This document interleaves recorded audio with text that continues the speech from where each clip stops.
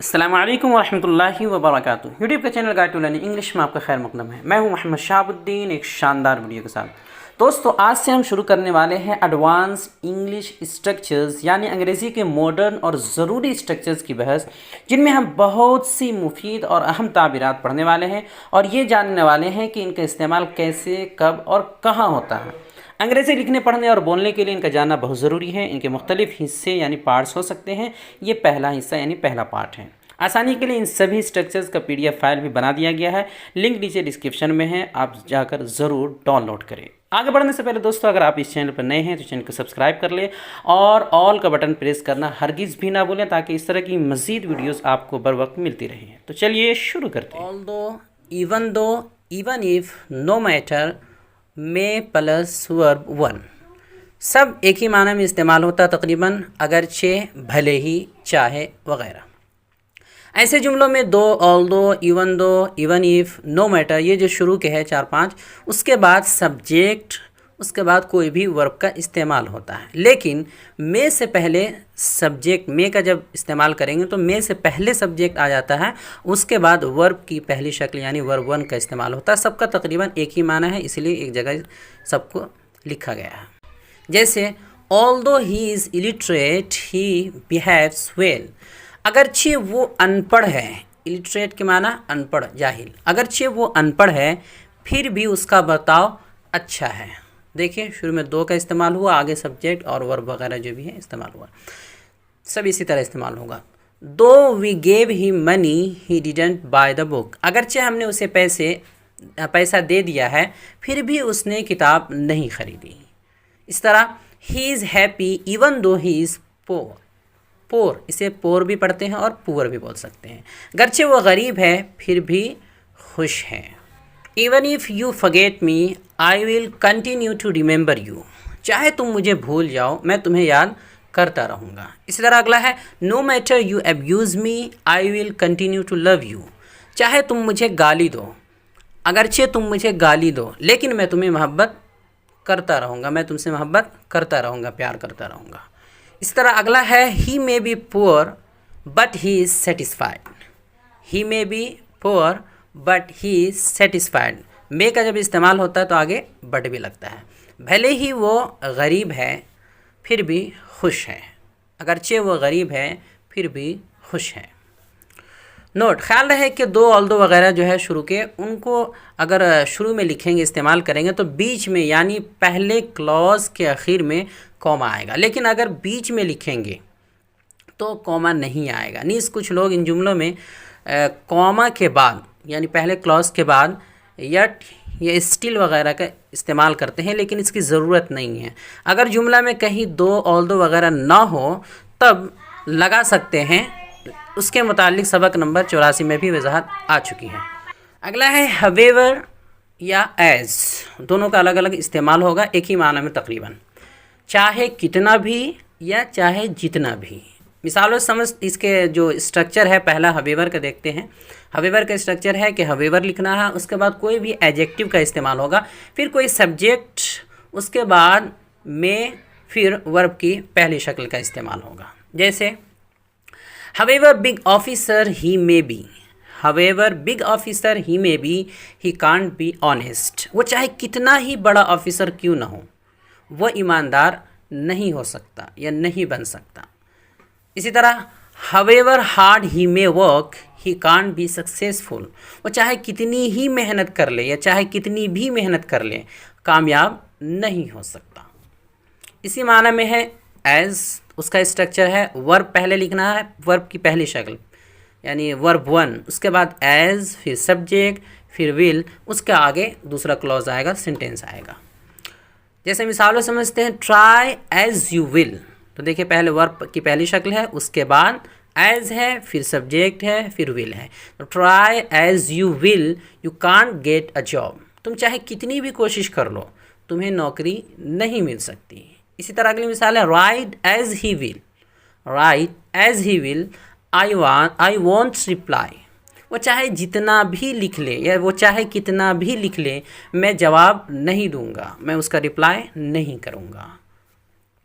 अगला है what, whatever, चाहे कुछ भी, दोनों अलग अलग दोनों का स्ट्रक्चर है, दोनों को देख लेते हैं। पहला है वाट, तो पहले वर्ब आएगा, वर्ब की पहली शक्ल, उसके बाद वाट, फिर सब्जेक्ट आएगा, फिर विल आएगा। जैसे एग्जांपल है cook what she will I want it, वो चाहे कुछ भी पकाए या पका ले, मैं नहीं खाऊंगा।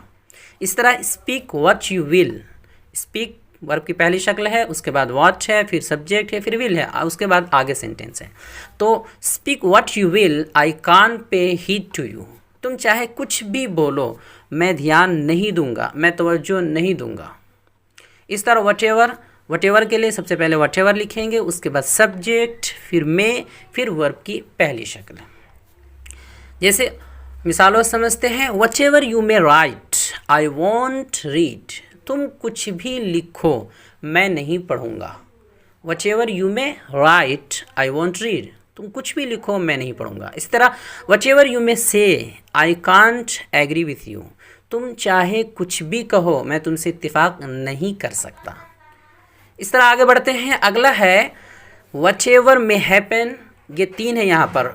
वट एवर मे हैपन या नो मैटर व्हाट हैपन, इसी तरह कम व्हाट में, सबका मतलब होता है चाहे कुछ भी हो या चाहे जो हो जाए। मिसालों से समझ लेंगे अच्छे से, सब एक दूसरे की जगह इस्तेमाल कर सकते हैं तीनों को। जैसे whatever may happen he can't change his principle, चाहे कुछ भी हो वो अपना उसूल नहीं बदल सकता। इसी तरह no matter what happens, no matter what happens, यहाँ पर एस लगेगा इसलिए कि मुफरद यहाँ पर आया है what happens. I want betray my friend, चाहे कुछ भी हो या चाहे कुछ भी हो जाए मैं अपने दोस्त को धोखा नहीं दे सकता। इस तरह कम व्हाट में I can't forget her, come what में आई कांट फॉरगेट हर, चाहे जो हो जाए या चाहे कुछ भी हो जाए मैं उसे नहीं भूल सकता। इस तरह अगला है स्ट्रक्चर वट एवर, उसके बाद और, बीच में आएगा सब चीज़ सेंटेंस वगैरह जो भी आना है। वट एवर उसके बाद और, वो चाहे ये करे या, स्ट्रक्चर है कि पहले वट एवर लिखना है, वट एवर, उसके बाद कोई सब्जेक्ट होगा, फिर वर्ब, कोई भी वर्ब हो सकता है, उसके बाद और का इस्तेमाल होगा, फिर आगे सेंटेंस आएंगे। जैसे whatever he remembers me or not, whatever he remembers me or not I can never forget him, वो चाहे मुझे याद करे या ना करे मैं उसे कभी नहीं भूल सकता। इस तरह वट एवर यू रीड और नोट आई डोंट केयर, चाहे तुम पढ़ो या ना पढ़ो मुझे कोई मतलब नहीं है, कोई फ़र्क नहीं पड़ता। Whatever we rich we are rich और poor we all must die, चाहे हम अमीर हो या गरीब हम सबको मरना है। तो इस तरह अगर इस्तेमाल करना हो तो वट एवर का इस्तेमाल कर सकते हैं या वाट का इस्तेमाल कर सकते हैं। अगला है इन स्पाइट ऑफ या डिस्पाइट, सिर्फ डिस्पाइट, इसके आगे पीछे कुछ नहीं है, या तो इन स्पाइट ऑफ, सिर्फ डिस्पाइट, या फॉर ऑल, ये सब एक ही माना में इस्तेमाल होता है, के बावजूद या के होते हुए भी। ये तकरीबन दो ऑल्दो ही की तरह माना देता है। इन तीनों अल्फाज में से किसी का भी इस्तेमाल करके आगे कोई नाउन लगाया जाता है, नाउन का इस्तेमाल होता है, मीन्स इन्हें शुरू या बीच दोनों जगह इस्तेमाल कर सकते हैं, जैसे कि दो ऑल्दो वगैरह। मिसाल इसका स्ट्रक्चर इस तरह है कि इन स्पाइट ऑफ या डिस्पाइट या फिर फॉर ऑल, उसके बाद कोई नाउन इस्तेमाल होगा और आगे कोई सेंटेंस होगा। जैसे in spite of all his qualifications he didn't get the job, अपनी तमाम सलाहियतों के बावजूद उसे नौकरी नहीं मिली। देखिए in spite of all his qualification, यहाँ नाउन का इस्तेमाल हुआ। He got the job in spite of his criminal record, अपने मुजरिमाना रिकॉर्ड के बावजूद या उसके मुजरिमाना रिकॉर्ड के बावजूद उसे नौकरी मिल गई, क्रिमिनल रिकॉर्ड के बावजूद उसे नौकरी मिल गई। इस तरह डिस्पाइट वीकनेस, देखिए डिस्पाइट के बाद या पहले कुछ भी नहीं लगा है, इसमें ऑफ नहीं लगेगा। Despite weakness he is healthy, कमज़ोर होते हुए भी वो सेहतमंद है। इस तरह he is good man despite badness, ये तो इंस्पाइट या डिस्पाइट को बीच में मिला सकते हैं, लेकिन यहाँ पर कॉमा नहीं लगेगा बीच में। फिर he is good man despite badness, खराबी के होते हुए भी वो अच्छा इंसान है। खराबी तो सब में होती है, उसके बावजूद वो अच्छा इंसान है।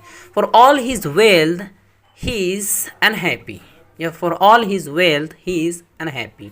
दौलत के होते हुए भी वो नाखुश है, यानी खुश नहीं है। वीडियो देखने के लिए आपका बहुत शुक्रिया। चैनल को सब्सक्राइब करें, स्क्रीन पर आ रही ये वीडियो ज़रूर देखें। अस्सलामु अलैकुम वरहमतुल्लाहि वबरकातुहू।